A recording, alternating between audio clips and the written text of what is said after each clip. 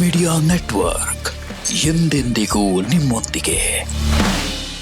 ಹೆಂಡತಿ ತನ್ನ ವಸ್ತುವನ್ನ ಗಂಡನಿಗೆ ತಿಳಿಯದಂತೆ ಇಲ್ಲಿ ಬಚ್ಚಿಟ್ರೆ ಗಂಡ ಹೆಂಡತಿ ಜಗಳ ವಾರದಲ್ಲೇ ನಿಲ್ಲುತ್ತೆ. ಡಿವೋರ್ಸ್ ವರೆಗೂ ಹೋಗಿದ್ರೆ ಮತ್ತೆ ಒಂದಾಗ್ತಾರೆ ಅನ್ನೋ ಕುತೂಹಲಕಾರಿ ಮಾಹಿತಿ ರಹಸ್ಯವನ್ನ ಈ ವಿಡಿಯೋದಲ್ಲಿ ನಾನ್ ನಿಮಗೆ ಹೇಳ್ತೀನಿ ನೋಡಿ. ಈ ವಿಡಿಯೋ ಕೆಳಗಡೆ ಓಂ ನಮೋ ಭಗವತೆ ವಾಸುದೇವಾಯ ಅಂತ ಕಮೆಂಟ್ ಮಾಡೋದಕ್ಕೆ ಮರಿಬೇಡಿ. ಜಗಳ ಆಡದ ಗಂಡ ಹೆಂಡತಿ ಬಹುಶಃ ಜಗತ್ತಿನ ಯಾವ ಮೂಲೆಯಲ್ಲೂ ಸಿಗಲಾರರು ಅಲ್ವಾ?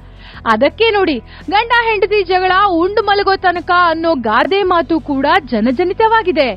ಪ್ರತಿ ದಾಂಪತ್ಯದಲ್ಲೂ ಜಗಳ ಅನ್ನೋದು ಒಂದು ಕಾಮನ್ ವಿಷಯ ಆಗಿರುತ್ತೆ. ಯಾವ ವಿಷಯಕ್ಕೆ ಗಂಡ ಹೆಂಡತಿ ಮಧ್ಯ ಜಗಳ ನಡೆಯುತ್ತೋ ಅನ್ನೋದು ಮುಖ್ಯವಾಗಿರುತ್ತೆ. ಗಂಡ ಹೆಂಡತಿ ಅಂದಮೇಲೆ ಸಂಸಾರದಲ್ಲಿ ಜಗಳ, ವಿರಸ ಇವೆಲ್ಲವೂ ಇದ್ದಿದ್ದೆ.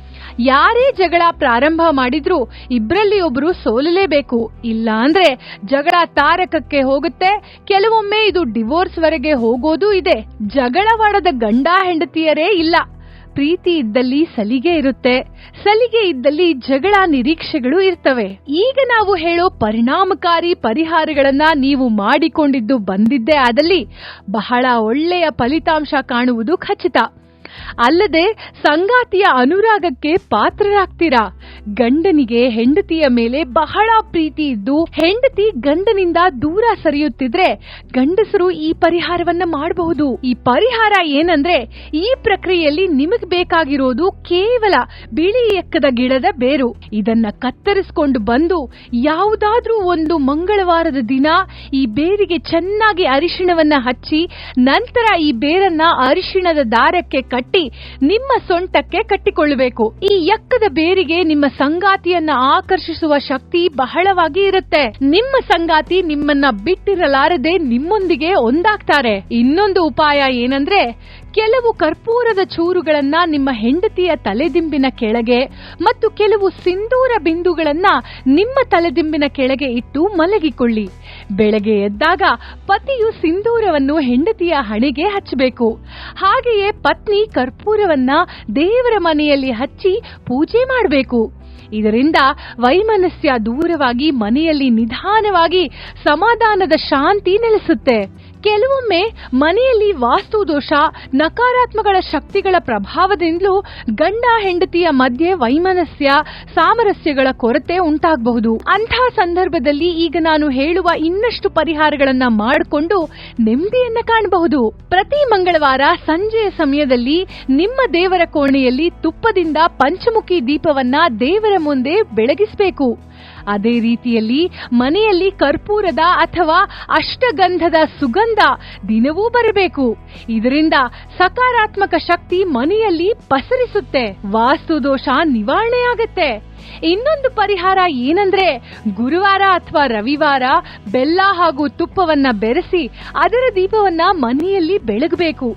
ಇದರಿಂದ ಮನೆಯಲ್ಲಿ ವಾತಾವರಣ ಸುಗಂಧಭರಿತವಾಗಿ ಮನೆಯಲ್ಲಿ ನಕಾರಾತ್ಮಕ ಶಕ್ತಿಗಳು ನಾಶವಾಗುತ್ತೆ. ಅದೇ ರೀತಿ ವಾರದಲ್ಲಿ ಒಂದು ದಿನವಾದ್ರೂ ಮನೆಯಲ್ಲಿ ಸಾಂಬ್ರಾಣಿ ಧೂಪ ಹಾಕಬೇಕು. ಇದರಿಂದಲೂ ಮನೆಯಲ್ಲಿ ಶಾಂತಿ ನೆಲೆಸುತ್ತೆ. ಇನ್ನೊಂದು ಒಳ್ಳೆಯ ಪರಿಹಾರವೆಂದ್ರೆ, ರಾತ್ರಿ ಮಲಗುವ ಮುನ್ನ ಒಂದು ಹಿತ್ತಾಳೆಯ ಬಟ್ಟಲಿನಲ್ಲಿ ತುಪ್ಪದಲ್ಲಿ ಅದ್ದಿದ ಕರ್ಪೂರವನ್ನ ಬೆಳಗಿಸಬೇಕು. ನೆನಪಿಡಿ, ಹಿತ್ತಾಳೆಯ ಬಟ್ಟಲಿನಲ್ಲೇ ಈ ಕೆಲಸ ಮಾಡಿದ್ದೇ ಆದ್ರೆ ಮಾರನೆಯ ದಿನವೇ ಈ ಪ್ರಭಾವವನ್ನ ನೀವು ಕಾಣ್ತೀರಾ. ಈ ಉಪಾಯವೊಂದು ಕೌಟುಂಬಿಕ ಕಲಹಗಳ ಪರಿಹಾರಕ್ಕೆ ರಾಮಬಾಣ ಅಂತಾನೆ ಜ್ಯೋತಿಷ್ಯ ಶಾಸ್ತ್ರದಲ್ಲಿ ಹೇಳಲಾಗಿದೆ. ಇನ್ನು ಕೊನೆಯ ಪವರ್ಫುಲ್ ರೆಮಿಡಿ ಅಂದ್ರೆ, ಶುಕ್ರವಾರ ಒಂದು ಏಲಕ್ಕಿಯನ್ನ ಹೆಂಡತಿ ತನ್ನ ಸೀರೆ ಸೆರಗಿಗೆ ಕಟ್ಟಿಕೊಳ್ಬೇಕು. ಇದು ಗಂಡನಿಗೆ ತಿಳಿಬಾರ್ದು. 24 ಗಂಟೆ ಅವಳ ಬಳಿಯೇ ಇರಲಿ. ಮರುದಿನ ಶನಿವಾರ ಹೆಂಡತಿ ಆ ಏಲಕ್ಕಿಯನ್ನ ಪುಡಿ ಮಾಡಿ ಗಂಡನಿಗೆ ಊಟದಲ್ಲಿ ಗೊತ್ತಾಗದ ರೀತಿ ಪುಡಿ ಮಾಡಿ ಬೆರೆಸಬೇಕು. ಇದರಿಂದ ದಂಪತಿಗಳಲ್ಲಿ ಅದ್ಭುತ ಹೊಂದಾಣಿಕೆ, ಪ್ರೀತಿ ಹೆಚ್ಚಾಗುತ್ತೆ. ನಾವು ಹೇಳಿದ ಪರಿಹಾರಗಳನ್ನ ಶ್ರದ್ಧೆ, ನಂಬಿಕೆಯಿಂದ ಮಾಡಿ ನೋಡಿ. ನೀವು ವಿರಸಗಳೆಲ್ಲ ಮಾಯವಾಗಿ ನೀವು ನಿಮ್ಮ ದಾಂಪತ್ಯ ಜೀವನದ ಸುಖವನ್ನ ಸಂಪೂರ್ಣವಾಗಿ ಅನುಭವಿಸ್ತೀರಾ.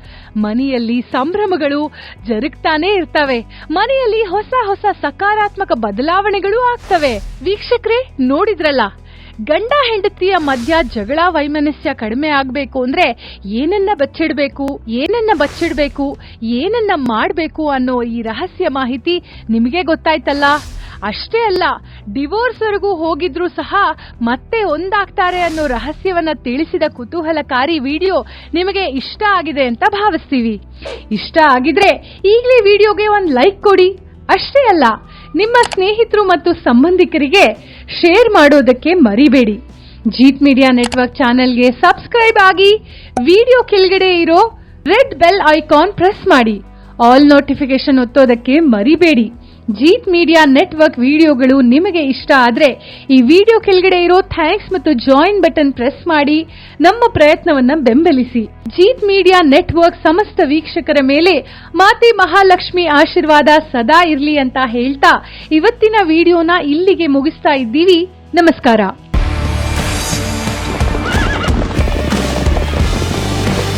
ಜೀತ್ ಮೀಡಿಯಾ ನೆಟ್ವರ್ಕ್ ಎಂದೆಂದಿಗೂ ನಿಮ್ಮೊಂದಿಗೆ.